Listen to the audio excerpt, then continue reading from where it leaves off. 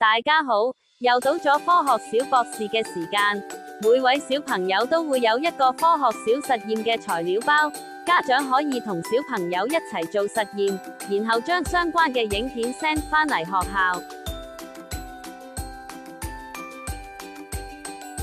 而家我哋開始扭絨毛條，可以將絨毛條扭成一個心形或者其他中意嘅形狀。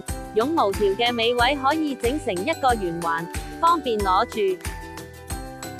然後倒出準備好嘅泡泡水，就可以用自製嘅泡泡棒嚟吹泡泡。